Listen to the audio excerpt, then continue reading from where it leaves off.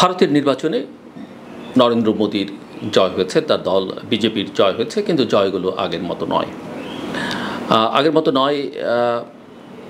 কিন্তু পুরনো সরকার বাংলাদেশে যেমন করে কন্টিনিউ করছে সেভাবেই কন্টিনিউ করবে, কিন্তু তার সামনে এখন অনেক রকমের চ্যালেঞ্জ। মোদির রাম মন্দির ইস্যু কাজে দেয়নি, তার যে ম্যাজিক সেটা দেখা যায়নি, কোনো ওয়েব তৈরি করতে পারেননি। বুথ ফেরত যে জরিপ বিশ্বজুড়ে স্বীকৃত, সেই জরিপ ডাহা ফেল করেছে, কোনো কাজে দেয়নি, ফলাফলের সঙ্গে সেটা মেলে না। কর্পোরেট ওয়ার্ল্ড যারা নরেন্দ্র মোদীকে ব্যাপক সমর্থন দিয়েছেন তারা তার কাজে আসেননি প্রচুর অর্থবিত্ত নিয়ে। এমনকি ভারতের মূলধারার গণমাধ্যম যারা চোখ বন্ধ করে নরেন্দ্র মোদীকে সমর্থন দিয়েছিলেন, যেটাকে অনেকেই সোল্ড মিডিয়া বলতেন, তারাও কোনো কাজে আসেনি। জয়টা হয়েছে ভারতের জনগণের। আমি আপনাদেরকে স্বাগত জানাই আমার আজকের এই কথা শুনবার জন্যে, এই ভিডিও দেখবার জন্যে। এর আগে আমার ভিডিওতে যেরকমটি আমি বলেছিলাম যে ভারতের এবারের নির্বাচনের ফলাফল তেমনই দেখা গেল। মোদী নির্বাচনের আগে স্লোগান তুলেছিলেন আর কি বার 400 পার, কিন্তু দেখা গেল নরেন্দ্র মোদীর দল বিজেপি পেয়েছে 240টি আসন, 400 তো দূরের কথা, 300-র ঘরেও পৌঁছতে পারেনি বিজেপি। এবং ইলেকশন এক্সপার্ট হিসেবে পরিচিত অত্যন্ত পরিচিত মুখ প্রশান্ত কিশোর, তিনি তো বলছিলেন যে 315-20 চোখ বন্ধ করে পাবে। কংগ্রেস এখন 100-র মতো সিট পেয়েছে, তিনি বলছিলেন 50টা সিট যদি কংগ্রেস পায় তাহলে সেটা পত্রপত্রিকার শিরোনাম হবে। কাজে ওই এক্সপার্ট হিসেবে কিন্তু এবারের নির্বাচনে থাকেননি, অর্থাৎ জনগণ সবাইকে মিথ্যে প্রমাণিত করেছে। যাই হোক, যে কথা বলছিলাম যে দল হিসেবে ভারতীয় জনতা পার্টি বিজেপির ভরাডুবি আরও ব্যাপক হতে পারত, কিন্তু দলের ব্যর্থতা আড়াল করতে মোদি ওয়েব বা ব্র্যান্ডকে কাজে লাগিয়ে এবার কোনো ক্রমে নির্বাচনের বৈতরণী পার হলো বিজেপি। এটা নিয়েও আমি বিস্তারিত কথা বলেছিলাম এর আগের একটি ভিডিওতে, আপনাদের অনেকেরই স্মরণ থাকবার কথা। যাই হোক, যেটা বলছিলাম যে ফলে এবার সরকার গঠন করতে মিস্টার নরেন্দ্র মোদীকে নির্ভর করতে হচ্ছে জোট শরিকদের উপরে। এবং আপনাদের অনেকেরই স্মরণ থাকবার কথা যে এর আগের দুটো নির্বাচনে তার এই এনডিএ জোট ছিল, কিন্তু জোটের শরিকদের উপরে ক্ষমতা বা দায়িত্ব গ্রহণের জন্য তাকে নির্ভর করতে হয়নি। তার দল যথেষ্ট পরিমাণে আসন পেয়ে সরকার গঠন একাই করতে পারত, যদিও শরিকরা সরকারের মধ্যে ছিল। তো সরকার গঠনের জন্য ভারতের লোকসভায় ন্যূনতম 272টি আসন প্রয়োজন হয় আমরা জানি, এবং সেখানে 240 আসন নিয়ে বিজেপি এককভাবে সরকার গঠন করতে পারছে না, এটা স্পষ্ট। তাই বিহারের মুখ্যমন্ত্রী নীতিশ কুমার এবং অন্ধ্রপ্রদেশের প্রাক্তন মুখ্যমন্ত্রী চন্দ্রবাবু নাইডুর তেলুগু দেশম পার্টির সমর্থন নিয়েই এবার বিজেপি সরকার গতিতে বসতে পারছে। আর এই দুই নেতাই, অর্থাৎ নীতিশ কুমার এবং নাইডু, খুব ছানু রাজনীতিবিদ। এরা দুজনই ভারতের ভোট রাজনীতির পাকা খেলোয়াড় হিসেবে কিন্তু পরিচিত।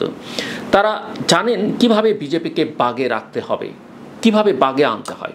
এখন তারা নিজেদের বিভিন্ন রকম আবদার নিয়ে দর কষাকষি করতে শুরু করেছেন বলে গণমাধ্যমে খবর আসছে।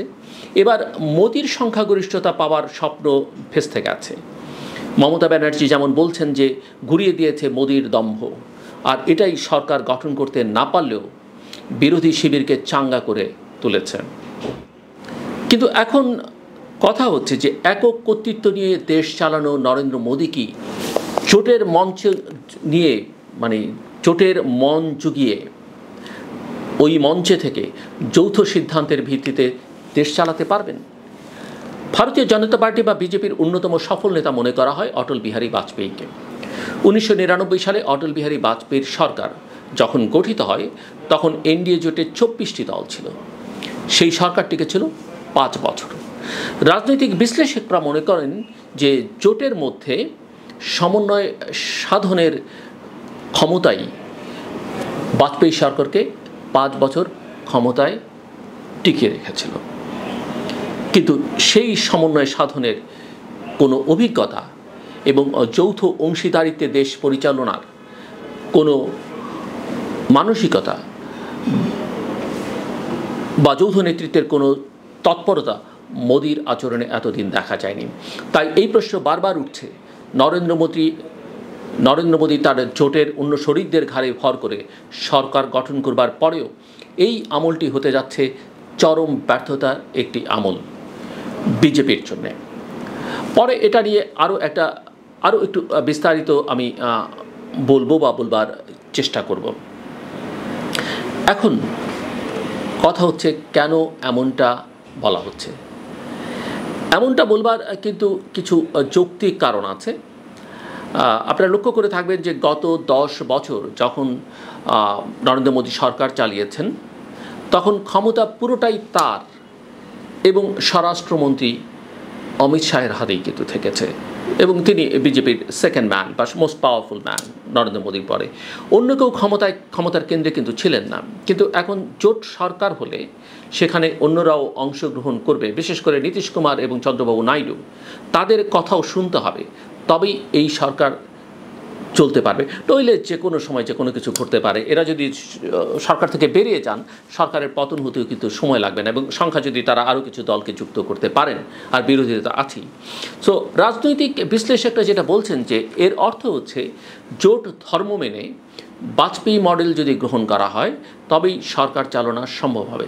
কিন্তু সমস্যা হচ্ছে মিস্টার নরেন্দ্র মোদীর জীবনেও এই মডেলে কাজ করবার কোনো অভিজ্ঞতাই নেই। গত 22 বছরে তিনি 3 বার গুজরাটের মুখ্যমন্ত্রী এবং 2 বার প্রধানমন্ত্রী হয়ে একরকম একচ্ছত্র আধিপত্য নিয়ে কাজ করেছেন। এখন হঠাৎ করে সমন্বয় শিখে ঐকমত্যের ভিত্তিতে রাজনীতি করা তার কাছে বড় চ্যালেঞ্জ হয়ে দাঁড়াবে। এই নতুন কাজের ধরন তিনি কতটা গ্রহণ করতে পারবেন তার উপরেই এই সরকারের স্থায়িত্ব নির্ভর করছে। কারণ মোদির স্বভাবের মধ্যে গণতান্ত্রিকতা নেই, সেটা তার প্রয়োজনও ছিল না। বিখ্যাত সমাজ মনোবিজ্ঞানী মিস্টার নন্দী 1996 সালে নরেন্দ্র মোদীর একটি সাক্ষাৎকার নেন। পরে জনাব নন্দী বলেন যে আমি নরেন্দ্র মোদীকে একজন পারফেক্ট ফ্যাসিস্ট হিসেবে মনে করি। আর এটা আমার কোনো রাজনৈতিক কমেন্ট নয় বা আমার ব্যক্তিগত মতামত নয়, এটা ডাক্তার হিসেবে প্যাথোলজিক্যাল প্রতিবেদন। এটা নিয়ে তখন প্রচুর আলোচনা হয়েছিল, অনেক সমালোচনা বিতর্ক হয়েছে এটা নিয়ে।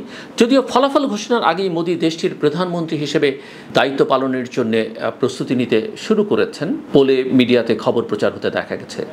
দলীয় কর্মীদের চাঙ্গা করতে নরেন্দ্র মোদী অনেক চমক দেখানোর মতো কাজ করেন, এবং একটা বড় চমক কিন্তু তিনি একেবারে নির্বাচনের আগ মুহূর্তে দেখেছেন। যদিও তিনি মুসলিমদের বিরুদ্ধে অনেক কথা বলেছেন, কংগ্রেসকে নিয়ে অনেক হাসি ঠাট্টা, বিশেষ করে রাহুল এবং প্রিয়াঙ্কাকে নিতে প্রচুর রংরস তিনি করেছেন, এবং তিনি তো শেষ পর্যন্ত এটাও বলে ফেললেন যে তিনি তার মায়ের সন্তান নন, মায়ের গর্ভ থেকে আসেননি, ভগবান তাকে পাঠিয়েছেন তার প্রতিনিধি হিসেবে।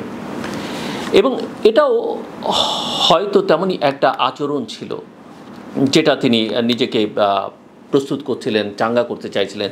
তবে মোদির অনেক চমকই এবার কিন্তু ব্যর্থ হয়েছে, যেটা আমি শুরুতেই বলেছিলাম যে ম্যাজিক কাজ করেন। খোদ অযোধ্যায় বিজেপির ভরাডুবি হয়েছে। বাবরি মসজিদ ভেঙে নির্বাচনের আগে ঘটা করে রাম মন্দির উদ্বোধনের রাজনীতি জনগণ যে গ্রহণ করেন, এমনকি সেখানকার মানুষ যে গ্রহণ করেনি, এই নির্বাচনের ফলাফল তা জানিয়ে দিল।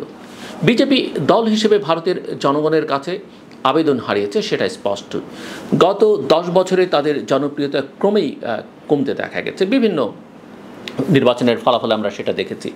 আমি এর আগে যেটা বলেছিলাম যে এবারের নির্বাচনে বিজেপির অস্ত্র হলো মোদি ওয়েব, এবং এখন রাজনৈতিক বিশ্লেষকরা যেটা বলছেন যে ভারতীয় জনতা পার্টি বা নরেন্দ্র মোদীর দল বিজেপি ফেল করলেও মোদির ব্র্যান্ডকে কাজে লাগিয়ে কোনো রকমে এই যাত্রায় রক্ষা পেল ভারতের মানুষ হিন্দুত্ববাদী রাজনীতিকে বরণ করতে একদমই প্রস্তুত নন। গণতন্ত্রের আদলে সাম্প্রদায়িকতার বিষ বাষ্প ছড়িয়ে জনগণের মধ্যে বিভক্তি তৈরি করে কখনো মুসলিম বিদ্বেষ, কখনো গরু ভক্তির জিকির তুলে বিজেপি যে রাজনীতির বিস্তার ঘটাতে চেয়েছিল তা ভারতের জনগণ প্রত্যাখ্যান করতে শুরু করেছে। এটাই এবারের নির্বাচনের বড় শিক্ষা। অন্যদিকে নির্বাচনের আগে হিন্দু জাতীয়তাবাদীদের ঘাঁটিগুলোয় প্রতিশ্রুতির নানা ফুলঝুরি ছড়িয়েছিলেন নরেন্দ্র মোদী। যেমন মুসলিম সংখ্যাগরিষ্ঠ ভারত শাসিত কাশ্মীরের স্বায়ত্তশাসন প্রত্যাহার, আগেই বলেছি অযোধ্যায় গুড়িয়ে দেয়া ঐতিহাসিক বাবরি মসজিদের স্থানে রাম মন্দির নির্মাণ, এবং বিতর্কিত নাগরিকত্ব আইন কার্যকর করা, এছাড়া বিজেপি নিয়ন্ত্রিত অনেক রাজ্য আন্তর্ধর্মীয় বিয়ের উপর কঠোর আইন প্রয়োগ করেছে, কিন্তু এগুলোতে জনগণের মন গলেনি।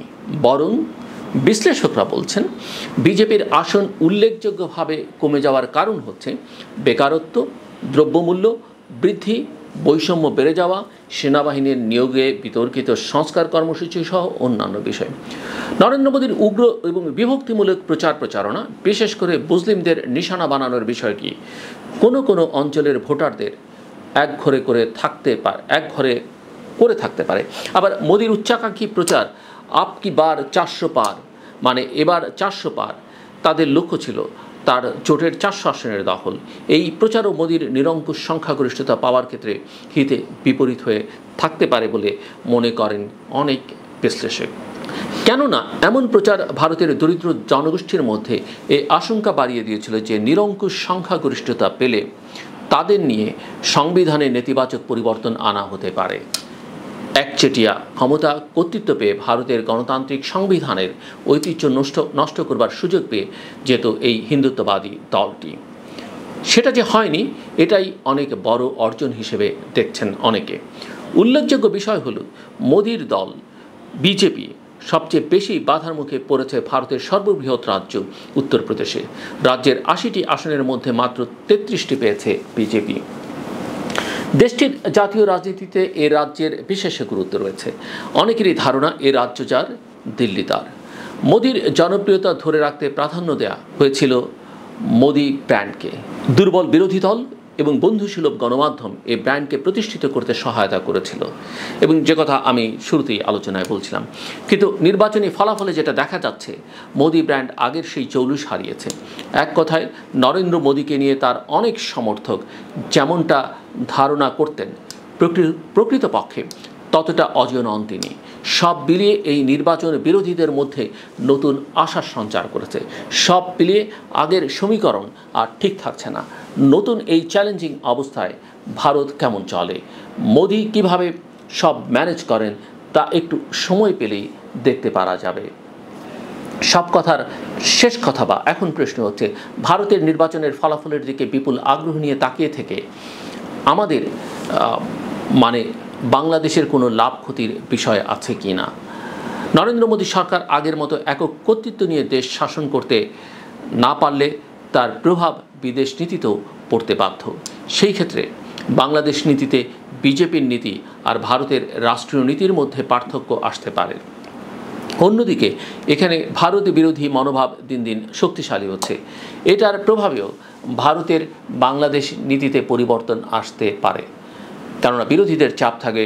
জোট সরকারের অনেকেই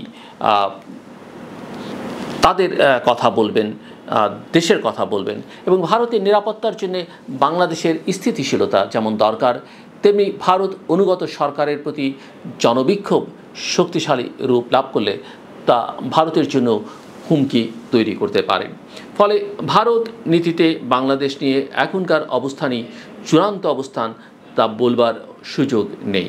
ভারতের রাজনীতির আলোকে না হলেও আমাদের দেশের রাজনীতির আলোকে ভারতের নীতিতে পরিবর্তন আসতে পারে। আগেও আমরা এটা নিয়ে কথা বলেছি, অর্থাৎ ভারতে কে ক্ষমতায় আসলো তার চেয়ে বড় কথা আমরা কোন ধরনের রাজনীতির চর্চা করছি। ভারতের সাথে আমাদের সম্পর্ক কি সমমর্যাদার ভিত্তিতে, নাকি অনুগত রাষ্ট্র হিসেবে আমরা আচরণ করছি, এটা অত্যন্ত গুরুত্বপূর্ণ, খুবই গুরুত্বপূর্ণ। ভারতের রাজনীতির পরিবর্তন আমাদের দেশের রাজনৈতিক ও গণতান্ত্রিক মুক্তির জন্য সরাসরি কোনো কাজে আসবে না, বরং আমরা যদি আমাদের স্বার্থ এবং জনগণের কল্যাণের দিক মাথায় রেখে রাজনীতিকে পরিচালনা করতে পারি, সেটা অনেক বেশি কাজে আসবে। গণতান্ত্রিক বোধের আলোকে জনগণের মধ্যে ঐক্যকে শক্তিশালী করতে পারি, তা শুধু ভারত নয়, যে কোনো দেশকেই বাংলাদেশের বিষয়ে সিদ্ধান্ত নেবার ক্ষেত্রে আমাদের অবস্থান ও স্বার্থকে গুরুত্ব দিয়ে আমল নিতে বাধ্য করতে পারবে।